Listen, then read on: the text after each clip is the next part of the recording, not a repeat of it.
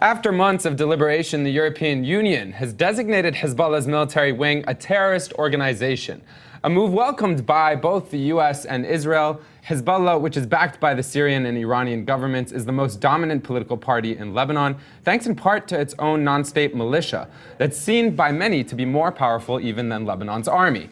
But what does the EU's blacklisting of Hezbollah mean to its presence in Europe and perhaps more importantly, to its current standing in Lebanon and in the region? Joining us to help explain this is Julian Barnes-Dacey, Senior Policy Fellow for the European Council on Foreign Relations Middle East and North Africa Program, Matthew Levitt, Senior Fellow and Director of the Stein Program on Counterterrorism and Intelligence at the Washington Institute, and joining us is Sami Nader, economist and Middle Eastern Affairs Analyst. Thank you all for joining us.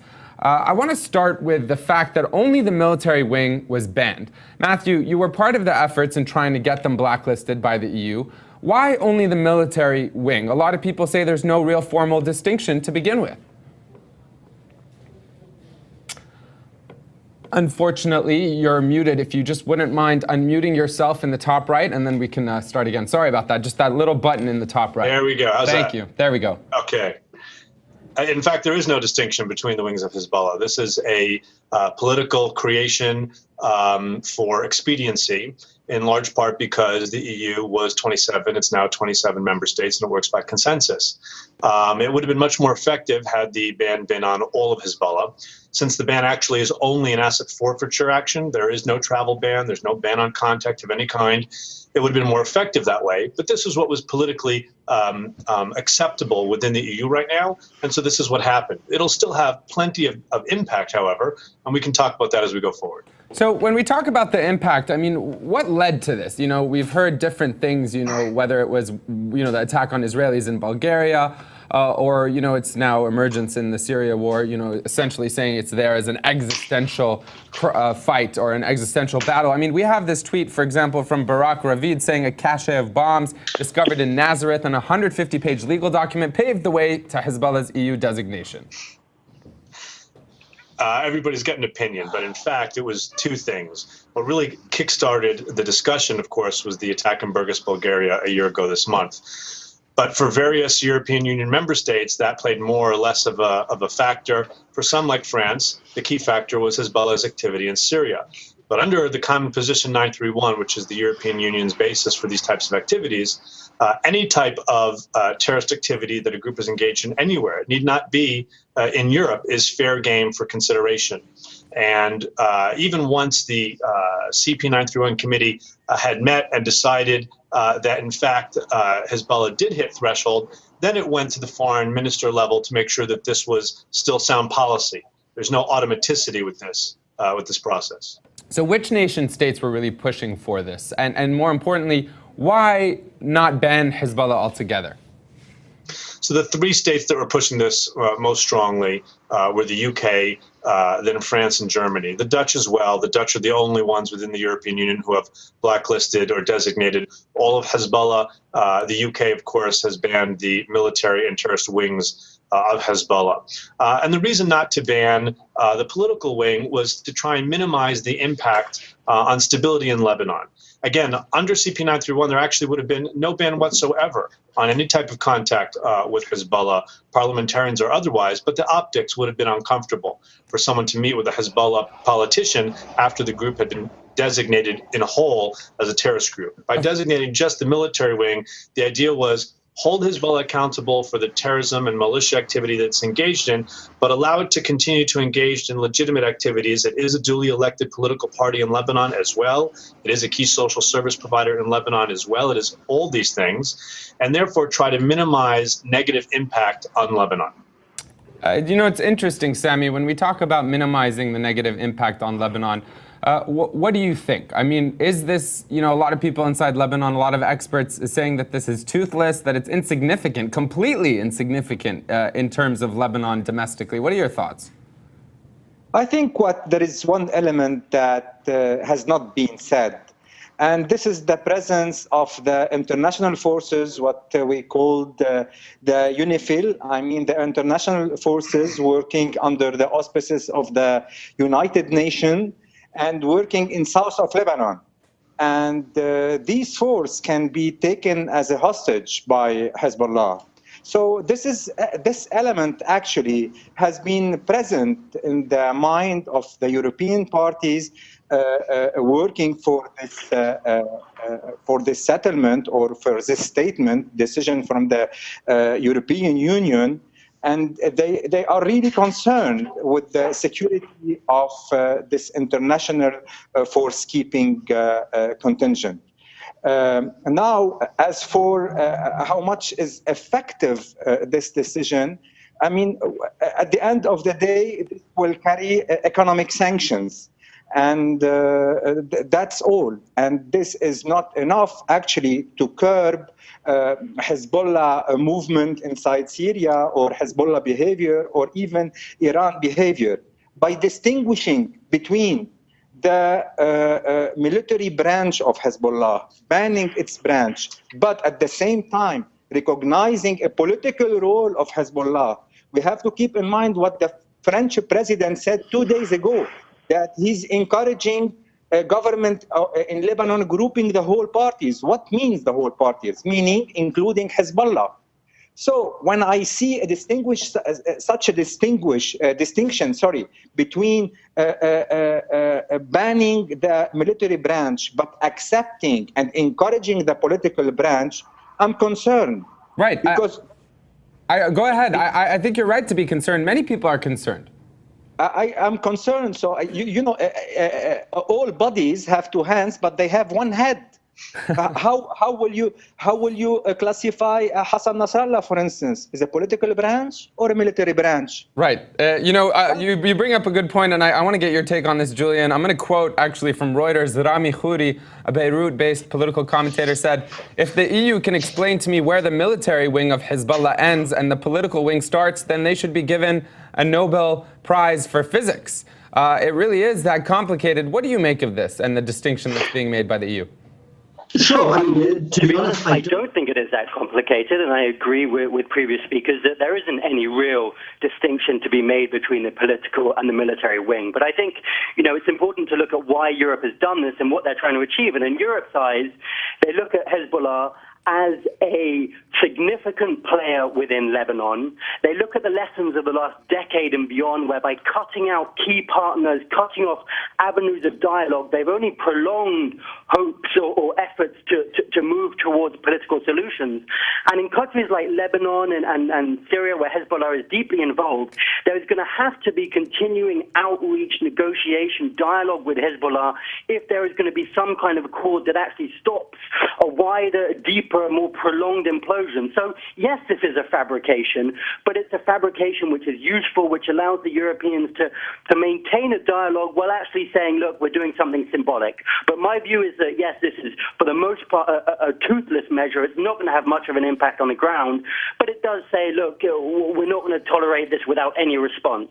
Certainly, and I want to draw our attention, the viewers in particular, Julian, to this piece you wrote, Keeping the Lid on Lebanon. Essentially, you said that this is a year ago you wrote this. You're saying that this move would be deeply worrying. What worries you most? Well, I mean, I think we've moved on a long way since that piece was written. And to be honest, at that moment, Hezbollah and even Lebanese Sunni actors were by and large trying to contain themselves from the Syria conflict. Hezbollah had actually been quite restrained in its response and hadn't given itself in full support to Assad as a lot of people envisaged they would.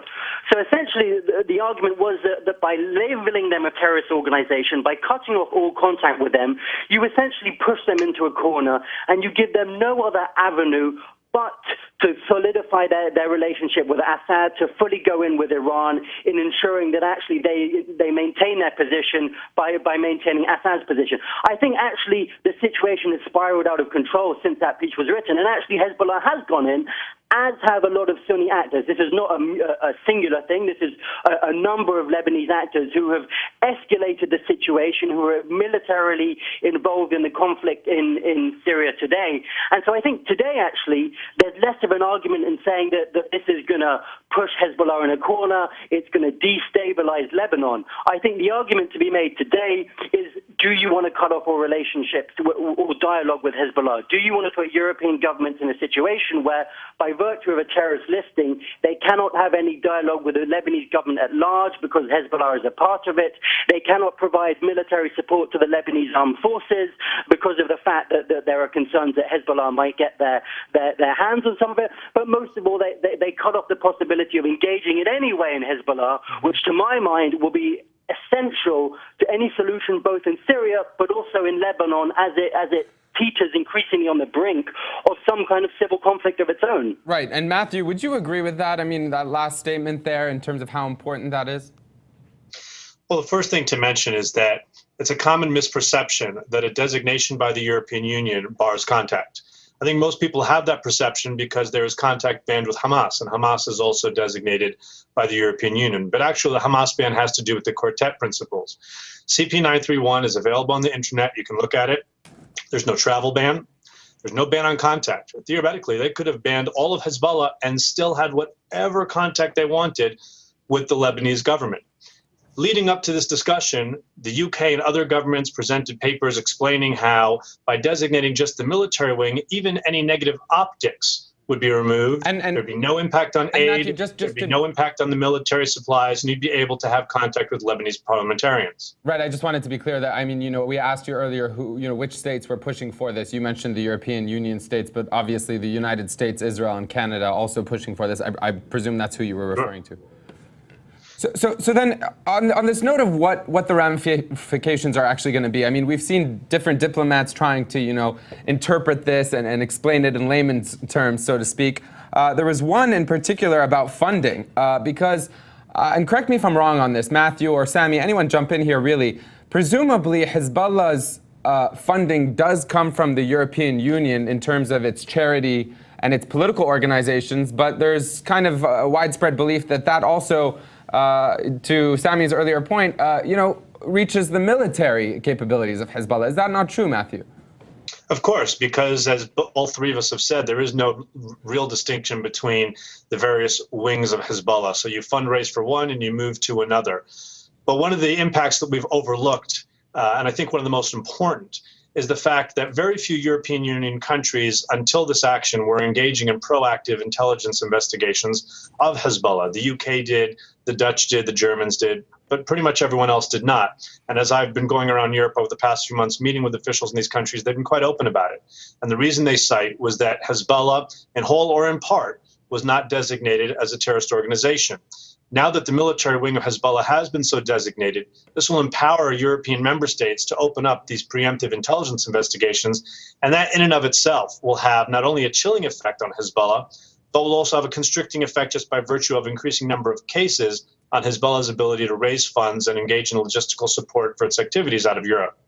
And Sami, when we look at, why and when, the timing of this decision in particular, a lot of people are drawing a comparison to just last week when the EU directive or the guidelines around settlements in the West Bank and, elsewhere inside of Israel, where these settlements are being built and expanded, blocking finances, or financial cooperation, let's say at the very least, from the European Union to Israel. I mean, what do you make of the juxtaposition of those two decisions? Yeah, some has make the link between what has been achieved, the slight progress that has been achieved on the Israeli-Palestinian front. Actually, Israel has released some prisoners, and there is enough American pressure or visible American pressure to bring both parties on the table. So in a way, they have delivered to Israel this listing of Hezbollah on the terrorist list. And as a counterpart, they are trying to push on the Palestinian-Israeli negotiation process. But back to this decision, its timing is very important, the decision of the European Union. Because in essence, what's it's saying? It's saying no for the military branch of Hezbollah, no for its intervention, military intervention in Syria, and no for the extension of the war into Lebanon. But it's saying yes for a political role of Hezbollah, and yes for a negotiated settlement to Iran. So in a way, I see it as gesture toward Iran of Rouhani, saying that we're defining rules of engagement and defining a framework for the negotiation. So we're ready for negotiating, but please, let's keep this conflict in Syria, not to extend outside the Syria border. But Sami, I appreciate your astute analysis. I just want to jump in there and ask you, hasn't it already reached Lebanon? I mean, not just in the north of Lebanon, just even with the refugee situation and a lot of... Exactly. Right. Exactly, and the sectarian war has already started in Lebanon. This is why I totally agree with what has been said of the necessity of keeping a channel of negotiation and a channel of communication with Hezbollah. However, the dimension of the war in Syria and each party considering that this is a survival war. Today, economic sanctions are not enough. You need a military intervention for the sake of peace. You need, at one point, to stop militarily this slaughter that are taking place every day. And this has been recalled, I think, by the British General David Richard, who said, please set a political objective very clearly. And if you want this to succeed, you have to put the condition of a successful military operation. Sorry, continue your point. Yes, I mean, a no-fly zone is not enough. You need a military strike, very precise, in order to stop the Syrian regime forces on the ground. And Julian, what do you make of that? I mean, if you look even just at these cartoons, obviously there's different ways of drawing attention to Hezbollah's role inside of Syria, but this right here, this is Al-Qasir, obviously the town that they've since regained just several weeks ago, and these are the caskets presumably coming back from Syria to Lebanon with the Hezbollah fighters continuing to go to Syria. I mean, what do you make of Sami's analysis on how this might play out in terms of how Syria's civil war might spill into Lebanon or continue to do? Well, I mean, I think it's clear that Hezbollah is getting deeply involved now. Qusayr was absolutely an important moment, and I think that was the driving political motivation behind Europe's decision to sanction them, not the Bulgaria investigation and the Cypriot investigation. But I think, to my mind, the conflict in Syria has already come to Lebanon, and it's coming to Lebanon with increasing intensity. You have effectively have had a proxy war in Syria for a long time between Lebanese actors, between the Hezbollah Shiite fighters and Sunni actors in the north.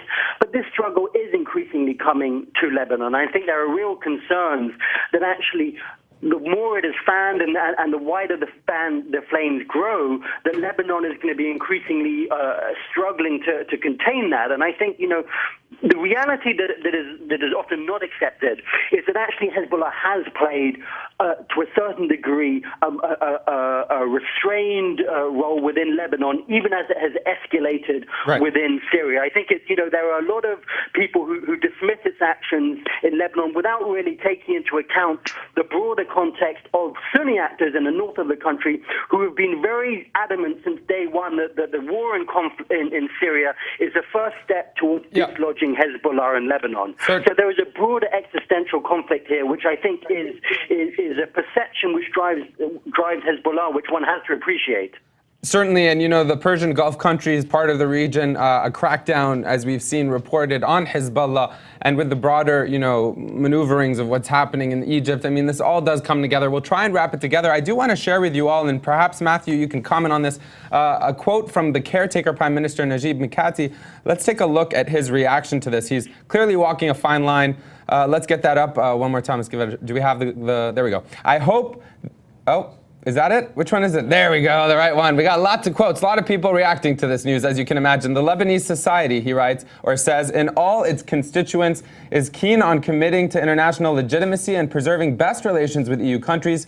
We will follow up on this subject, blacklisting Hezbollah, via diplomatic channels, hoping that EU countries have thoroughly read facts and data in this concern. So clearly, he's equivocating. I'm just curious, Matthew, what you make of that kind of a comment.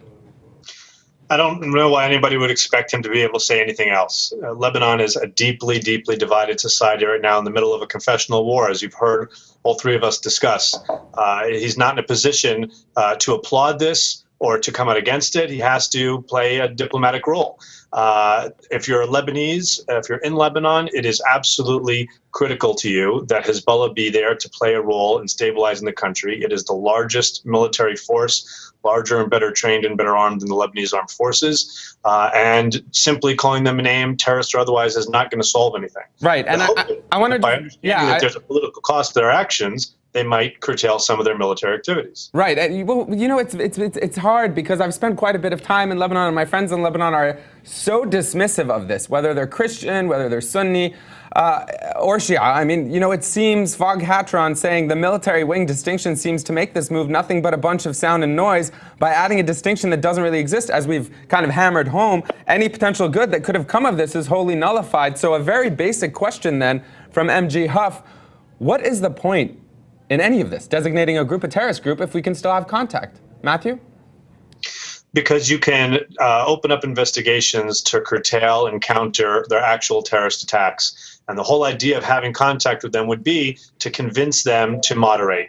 If they can't, if they won't, then you can cut off that activity. If the idea is have activity for, under any circumstance, then that would be foolish indeed. But aren't there already investigations on the international level, or are we talking specifically about Europe? Because the ICC, as far as I know, has already been investigating Hezbollah.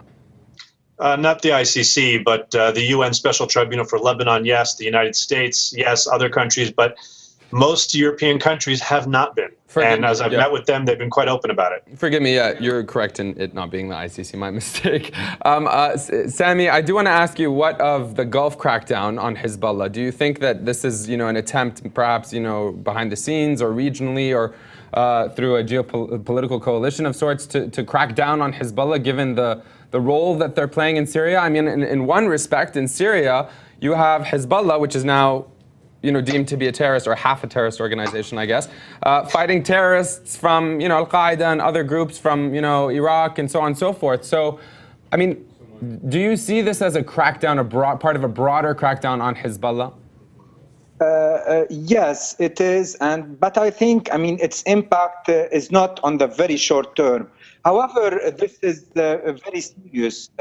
Unfortunately, who is paying the price is the Shia community, which is in large the political base of Hezbollah. Today, if you are Shia in Lebanon and you want to go and to find a job opportunity in the Gulf country, this is not easy for you. If even you want to open a bank account and because of this financial ban against Hezbollah, you are under real scrutiny. And plus, you are now in open conflict with your neighbors, with your partners inside the country.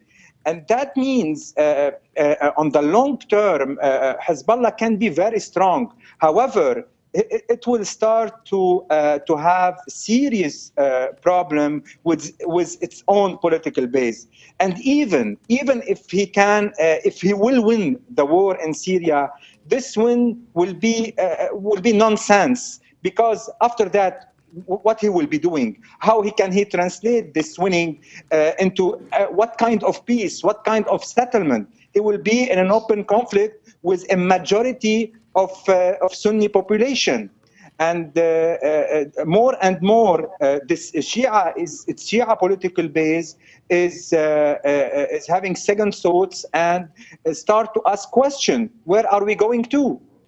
They are threatened with their job. They are threatened with their, with the financial transaction. They are not capable of getting visa to the Gulf countries. And in Europe, they are not welcomed. In the States, they are not welcomed. So they will end up in total isolation. Right.